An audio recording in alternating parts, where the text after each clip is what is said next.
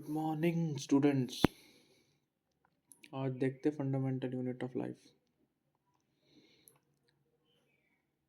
तो fundamental unit of life का मतलब होता है कि लाइफ का सबसे छोटा एग्जाम्पल कौन सा। तो लाइफ का सबसे छोटा एग्जाम्पल है सेल। सेल से छोटी कोई लाइफ नहीं है। ठीक है। Cells are the smallest unit of life. मतलब सेल्स तुम समझ में आ गया होगा कि स्मॉलेस्ट है। अब ये इंडिपेंडेंट है। वर्ड को समझो। स्मॉलेस्ट यूनिट ऑफ लाइफ सबसे छोटी है, ये इंडिपेंडेंट है। मतलब इसे और किसी और चीज़ की ज़रूरत नहीं है जिंदा रहने के लिए। ठीक है। बेसिक फंक्शनल मतलब ये फंक्शन कर सकते खुद से। Each living cell has the capacity to perform certain basic function that are all living forms contain. ठीक है। तो ये कर लेती है, अपना गुजारा खुद कर लेती है। ठीक है। Study of cell is known as cytology. Cell की स्टडी को साइटोलॉजी कहते हैं, और जो माइक्रोस्कोप से ही पॉसिबल हो सकती है क्योंकि ये बहुत छोटे होते हैं। Anton von Leeuwenhoek first saw and describe a life cell. ठीक है। तो रॉबर्ट हुक थे, इन्होंने सबसे पहले सेल ढूंढा था। कहाँ ढूंढा था? स्लाइस, कॉर्क स्लाइस में। ठीक है। और कौन सा माइक्रोस्कोप यूज़ करा था? Primitive microscope. डेट भी याद रख लेना, 1665। उसके बाद रॉबर्ट ब्राउन आए, जिसने न्यूक्लियस ढूंढा। ल्यू हॉक था ऊपर जो था, उसने लाइव सेल देखा था। इसने मरा हुआ देखा था। ठीक है। रॉबर्ट हुक ने, ल्यूवन ने लाइव देखा था, जिंदा हाल। स्क्लेडन और शॉन ने प्रपोज करी थी सेल थ्योरी। ठीक है। तो ये पता होना चाहिए कि इन्होंने क्या दिया है, सेल थ्योरी दी है। ये आगे आएगी क्या होती है। और पुरकिन जो था उसने कॉइन्ड द टर्म प्रोटोप्लाज्म। और रुडोल्फ रिचर जो था उसने, भाई साहब क्या लिखा है, ओमनिस सेलुलिया सेलुला। मंत्र सा लग रहा है तो। ठीक है। Type of cells. सेल के टाइप देखते हैं। सबसे पहले आता है यूनिसेलुलर, मतलब एक सेल। मल्टी सेलुलर, जो बहुत सारे सेल। प्लांट्स, एनिमल्स तुम्हें पता ही है। ठीक है। Prokaryote, eukaryote. प्रोकैरियोट जो होते हैं वो ऐसे सेल होते हैं जिनका न्यूक्लियस पुराना होता है। प्रो मतलब पुराना। यूकैरियोट्स मतलब ऐसे सेल जिनका न्यूक्लियस अभी नया है और बेटर है। ठीक है। बेटर कैसे है? उसकी कवरिंग होती है, अभी आएगा सब। यूनिसेलुलर ऐसा ऑर्गेनिज्म जो एक ही सेल का है, जैसे amoeba.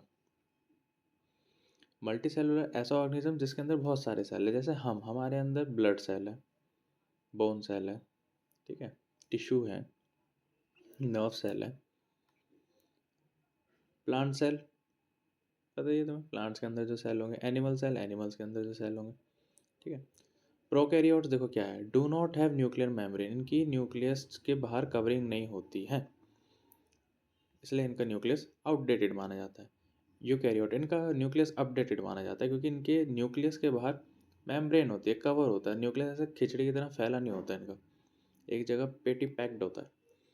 Difference between plant cell and animal cell देख लो, डिफरेंस क्या होता है प्लांट में और एनिमल में। प्लांट के बाहर तुमने देखा ही होगा, वो जो लकड़ी छाल से होती है उसकी, इसे सेल वॉल कहते हैं। हमारे में तो नहीं होती, हमारे में स्किन होती है, उसके ऊपर और कुछ नहीं होता। यूजली पोजेस क्लोरोप्लास्ट, इनके पास क्लोरोफिल, क्लोरोप्लास्ट ये सब होते हैं। क्यों? फोटोसिंथेसिस करते हैं। हमारे पास क्यों होगा? हम तो नहीं करते फोटोसिंथेसिस। ऑटोट्रॉपिक और हेटरोट्रॉपिक। प्लांट सेल ऑटोट्रॉपिक होते हैं, एनिमल सेल हेटरोट्रॉपिक होते हैं। ठीक है। ऑटोट्रॉपिक मतलब अपना खाना खुद बनाने वाले। हेटरोट्रॉपिक मतलब दूसरों को खाने वाले, अपना खाना खुद नहीं बना सकते। प्लांट सेल नो लाइसोसोम्स, इनमें लाइसोसोम्स नहीं होते, एनिमल्स में होते हैं। ठीक है। तो ये 4-5 पॉइंट पढ़ लेना। वैक्यूल्स प्लांट्स के बड़े होते हैं क्योंकि प्लांट्स बड़े होते हैं, एनिमल के छोटे होते हैं। ये डायग्राम देख लेना, पेपर में आएगा। ठीक है। ये दोनों ही डिफरेंस बिटवीन प्रोकैरियोट और यूकैरियोट अभी कितनी बार बताऊं, देख लो भैया। प्रोकैरियोट के न्यूक्लियर मेम्ब्रेन नहीं होता है, उसका न्यूक्लियस आउटडेटेड है, अच्छा नहीं माना जाता, फैला हुआ रहता है। यूकैरियोट का न्यूक्लियर मेम्ब्रेन होता है, इसका न्यूक्लियोलस नहीं होता, इसका न्यूक्लियोलस होता है। ये यूनिसेलुलर होते हैं ज़्यादातर, और ये यूनिसेलुलर और मल्टीसेलुलर दोनों हो सकते हैं। ठीक है। इसका एग्जाम्पल बैक्टीरिया, इसका एग्जाम्पल प्लांट। अब देखो 5-6 पॉइंट है, 3-4 मैंने करवा दिया, वही याद रख लेना, वही इंपॉर्टेंट भी है। सेल ऑर्गेनल्स, सेल ऑर्गेनल्स क्या कहता है? Plasma membrane, it is the outermost covering of the cell. It plants covering cell wall is present in which. Plasma membrane का मतलब होता है जैसे हमारे में स्किन होती है वैसे ही सेल की भी स्किन होती है, उसे कहते हैं प्लाज्मा मेम्ब्रेन, जो बाहर बाहर की कवरिंग होती है। स्किन हमारे बाहर बाहर होती है ना, वैसे ही। It plants another covering that is animal cell. हमारे केवल स्किन होती है बाहर, प्लांट्स के स्किन के ऊपर सेल वॉल होती है, ठीक है। तो ये चीज़ याद रखना, प्लांट्स की दो स्किन होती है, एक तो यही प्लाज्मा मेम्ब्रेन और एक cell wall. It is a selectively permeable membrane. ये सेलेक्टिवली परमिएबल मेम्ब्रेन है, जैसे हमारी स्किन देखिए तुमने, उससे अंदर से पसीना बाहर आ सकता है, बाहर से भी कुछ चीज़ें अंदर जा सकती है जिसे वो चाहें। तो वैसे ही प्लाज्मा मेम्ब्रेन भी सेल का स्किन होता है और वो कुछ चीज़ों को अंदर बाहर कर सकता है जिनको वो चाहता है। सेलेक्टिवली मतलब चाहता है, परमिएबल मतलब परमिशन देता है, ठीक है। मेम्ब्रेन मतलब स्किन। तो ऐसी स्किन है वो जो परमिशन देता है अंदर बाहर जाने की, पर उन्हीं को देता है जिन्हें वो चाहता है, सेलेक्ट करता है। The plasma membrane is made out of lipids and protein. Lipids और प्रोटीन से बना है प्लाज्मा मेम्ब्रेन, ठीक है।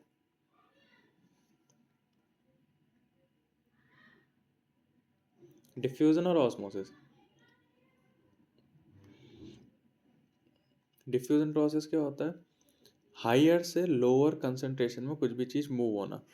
मान लो, ठीक है, एक जगह पानी ज़्यादा है, भरा हुआ है पानी, और दूसरी तरफ पानी है ही नहीं, तुम रास्ते की दीवार हटा दो तो सारा पानी उधर नहीं फ्लो हो जाएगा, ठीक है। जैसे नॉर्मल एग्जाम्पल ले लो, बाल्टी में पानी ऊपर तक भरा होता है, बाल्टी को कहीं से भी बीच में से तोड़ दो, सारा पानी कहाँ चले जाएगा? फर्श में, क्योंकि फर्श में पानी है ही नहीं।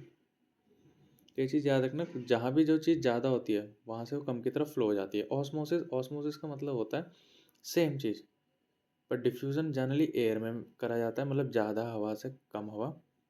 ऑस्मोसिस पानी में करा जाता है। दोनों की डेफिनेशन सेम है, पर एक हवा के लिए करा जाता है डिफ्यूज़न, और ऑस्मोसिस वाटर के लिए या लिक्विड के लिए। ऑस्मोसिस जो है वो थोड़ा स्लोअर होता है, डिफ्यूज़न से हवा तेज़ बहती है, सबको पता है, ठीक है। प्लाज्मोलिसिस। प्लाज्मोलिसिस क्या होता है? When a living plants and loses water through osmosis. अब होता क्या है, तुमने देखा है, पेड़ पानी लेता है ज़मीन से, लेता जाता है अपनी पूरी उम्र तक, तो भैया इतना पानी जाता कहाँ है? छोड़ता भी तो होगा पानी। तो अब आया समझ में? जब प्लांट अपना पानी छोड़ देता है उसे कहते हैं प्लाज्मोलिसिस। उससे क्या होता है, प्लांट अंदर से सिकुड़ जाता है। वाटर लॉस करते हैं ना बॉक्सर लोग, तो अपने क्यों करते हैं? साइज़ कम करने के लिए। तो वैसे ये भी कर रहे हैं, वाटर लॉस करता है, अपना साइज़ कम हो जाता है, श्रिंक हो जाता है। अब सॉल्यूशन देखो, तीन तरीके के होते हैं, ये इंपॉर्टेंट है, आएगा पक्का आएगा। पहला आइसोटोनिक सॉल्यूशन। आइसोटोनिक सॉल्यूशन क्या होता है? The concentration of the solution is outside the cytoplasm and in the cytoplasm is same. Isotonic मतलब सेम होना। जैसे मान लो तुम्हारे पास भी एक लीटर पानी है, मेरे पास भी 1 लीटर पानी, तो इसका मतलब बराबर है, ठीक है। तो ना तुम मुझे पानी दोगे ना मैं तुम्हें। Hypertonic solution. हाइपरटोनिक सॉल्यूशन वो सॉल्यूशन होता है जिसमें एक के पास पानी ज़्यादा होगा, और किसके पास ज़्यादा होगा? आउटसाइड वाले के पास। Concentration of the solution outside the cell is more than the inside cell, ठीक है। हाइपोटोनिक में समझ ही गए होंगे तुम, concentration of the solution outside the cell is lesser. तो बाहर पानी कम है, अंदर ज़्यादा है। इसमें हाइपरटोनिक में बाहर पानी ज़्यादा था, अंदर कम था, ठीक है। दोनों में सेम बोल दिया मैंने। एक मिनट रुको, भूल जाओ जो मैंने बोला था, दोबारा सुनो ध्यान से। हाइपरटोनिक में concentration of the solution outside the cell is more, ठीक है। तो सेल के आउटसाइड पानी कम होगा क्योंकि बाहर फालतू चीज़ें ज़्यादा हैं। तो याद रखना, हाइपरटोनिक में बाहर कम होता है, अंदर ज़्यादा होता है पानी। और हाइपो में, इस वाले में, थर्ड वाले में, concentration of the solution outside the cell is lesser. बाहर पानी ज़्यादा होता है, अंदर कम होता है, ठीक है। तो इसमें बाहर कम, इसमें बाहर ज़्यादा। Cell wall. सेल वॉल क्या होता है? अभी तो बताया, प्लांट्स में होती है, उनकी स्किन के ऊपर भी पपड़ी सी जम जाती है, उसे कहते हैं सेल वॉल, ठीक है। ये क्या करती है? प्लांट को प्रोटेक्ट करती है फंगी, बैक्टीरिया, इन सबसे। न्यूक्लियस। न्यूक्लियस तो सबके हर सेल के अंदर होता है, ठीक है। न्यूक्लियस का काम क्या होता है? एक तरीके से मान लो बच्चे पैदा करना, ठीक है। हम भी अपने बच्चे पैदा करते हैं, वैसे सेल भी अपने बच्चे पैदा करेगा, सेल के बच्चे सेल ही पैदा होंगे। तो वो किसकी मदद से होती है? न्यूक्लियस की मदद से। न्यूक्लियस ही सब चीज़, दिमाग होता है पूरा, ये हर चीज़ कंट्रोल करता है।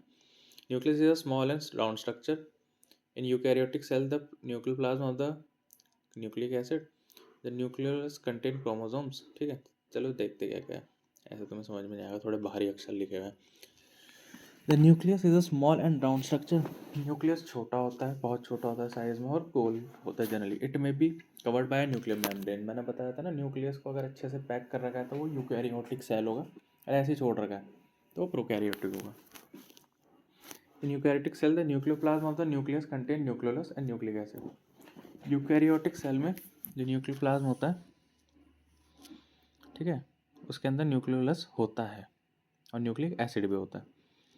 ठीक है, तो न्यूक्लियस के अंदर न्यूक्लियोलस, ये देखो, ये जो ब्लैक कलर का है, तो ये सब चीज़ें पता होनी चाहिए। फिर क्या लिखा है, न्यूक्लियस के अंदर क्रोमोसोम्स होते हैं, तो पता ही है तुम्हें, क्रोमोसोम जेनेटिक्स ये सब होते हैं न्यूक्लियस के अंदर होते हैं। ठीक है, बोलते हैं ना जीन जेनेटिक्स, ये सब कहाँ होते हैं, तुम्हारे सेल के न्यूक्लियस के अंदर। Chromosome are composed of DNA and protein. Chromosome DNA और प्रोटीन से बना होता है, इसलिए प्रोटीन खाया करो भाई। ठीक है, functional segment of DNA are called genes. Functional segment DNA के जीन्स कहे जाते हैं।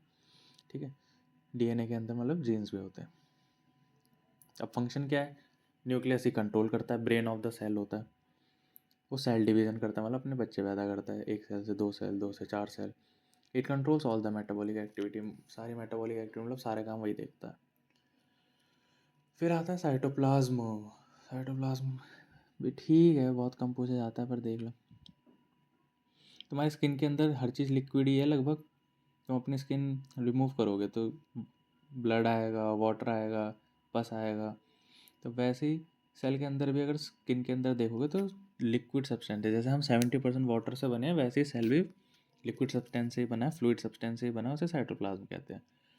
अब हम 70% वाटर से बने हैं और हमारे अंदर हार्ट रख रखा है, ठीक है, लंग्स रख रखे हैं, ठीक है, तो वैसे ही ये भी है, इसके अंदर ये सारी चीज़ें रखी हुई हैं।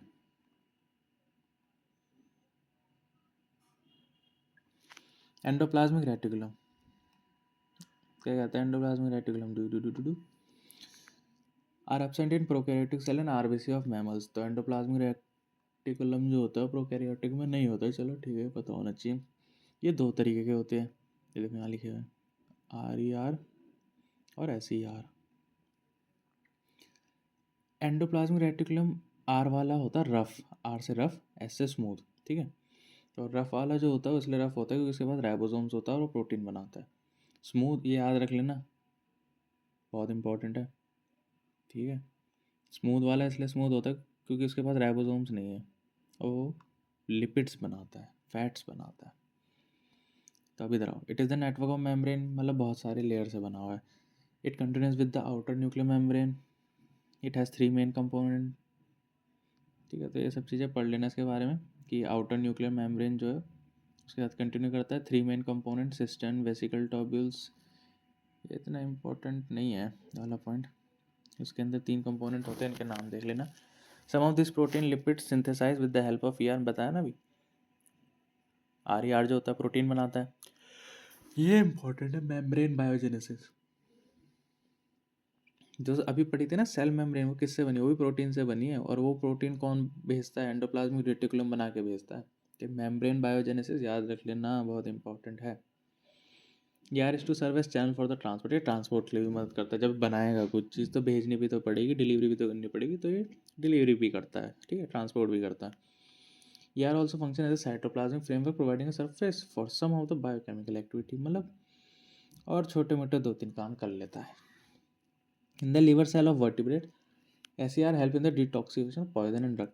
तो तुम ये जो एल्कोहल वेल्कोहल पीते हैं, ड्रग्स व्रग्स करते हैं, इनके लीवर में ज़्यादा प्रेशर आ जाता है क्योंकि लीवर ही होता है जो बॉडी को साफ करता है। ओके, कहते नहीं कि ये ड्रिंक बहुत करता था इसका लीवर फेल हो गया, तो इसलिए कहते हैं ड्रिंक विंक मत करा करो भाई, दूध दही घी खाया करो, और ड्रिंक करता हो तो बजा दे करो। इट इज़ अब देखते हैं गोल्जी apparatus। गोल्जी apparatus क्या कहता है, it is first observe by Camillo Golgi. ठीक है, कैमिलो गोल्जी ने बनाया।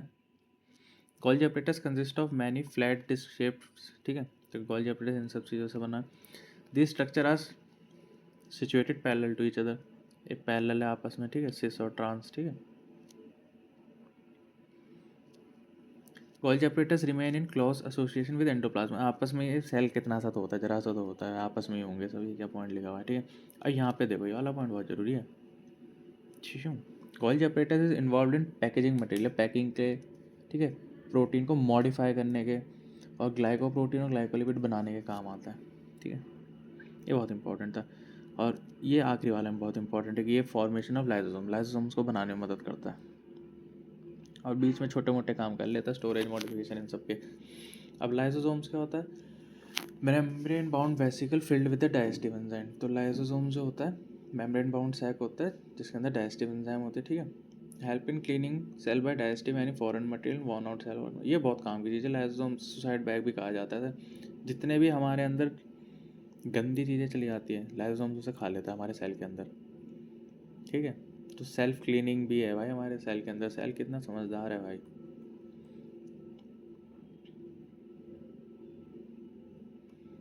माइटोकॉन्ड्रिया, माइटोकॉन्ड्रिया का क्या था, अच्छा इसे सुसाइड बैग क्यों कहते हैं लाइसोसोम्स को, अगर मान लो लाइसोसोम्स की फिरक गई, वो ख़राब हो गया, टूट गया, फट गया सेल के अंदर ही, तो उसे ये नहीं पता चलता कौन सही है कौन गलत है, वो सबको खा जाता है, सब फिनिश, महादेव वाला सिस्टम है इसका। माइटोकॉन्ड्रिया, तो माइटोकॉन्ड्रिया क्या होता है, powerhouse of the cell, देखो लिखा हुआ है ये पॉइंट। पावर हाउस को कहते हैं क्योंकि पावर जनरेट करता है। डबल मेम्ब्रेन, दो मेम्ब्रेन होती है इसकी, मतलब दो लेयर होती है। Matrix contain their own DNA, इसका अपने डीएनए और अपना राइबोसोम्स होता है, तो ऐसे याद रख लेना। प्लास्टिड्स, प्लास्टिड्स जो होते हैं वो दो तरीके के होते हैं, क्रोमोप्लास्ट और ल्यूकोप्लास्ट, ये प्लांट में मिलते हैं, ठीक है, क्योंकि प्लांट ही होते हैं हरे भरे कलर के। प्लास्टिड का काम कलर होता है, कलर देता है, देखो लिखा है ना, they are only present in plant. Chloroplast are the main chromoplast and are main pigment for photosynthesis in plant. तो क्लोरोप्लास्ट जो होता है उसमें ही क्लोरोफिल होता है, उसी से फोटोसिंथेसिस होती है, तो फोटोसिंथेसिस प्लांट करते हैं, इसलिए प्लांट के अंदर होते हैं। Chloroplast is a double membrane containing organelles, दो मेम्ब्रेन होती है इसकी भी, इसका भी भैया अपना डीएनए और अपना राइबोसोम से, सही है भाई, पर्सनल है।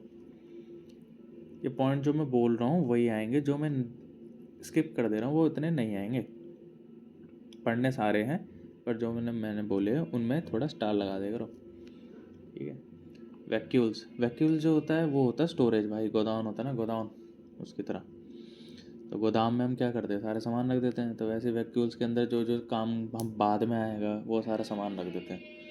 Vacuoles are small sized in animals, ये थोड़ा छोटा होता है एनिमल्स में, प्लांट्स में ये बड़ा होता है। ये स्टोरेज सैक होता है, चीज़ें स्टोर करता है। अब सुबह सुबह इतनी ठंड में कौन कबाड़ देगा इस कबाड़े वाले को भाई साहब, चलो कोई नहीं, बंदा काम कर रहा है अपना, कर लो। सेल डिवीज़न, सेल डिवीज़न दो तरीके के होते हैं, माइटोसिस मियोसिस, ध्यान से सुनना। एक सेल डिवीज़न बच्चे पैदा करने के लिए होता है, एक सेल डिवीज़न बॉडी को रिकवर करने के लिए होता है, बॉडी को ग्रो करने के लिए होता है, ठीक है। एक समझ में आ गया, एक रिप्रोडक्शन के लिए, एक ग्रोथ के लिए।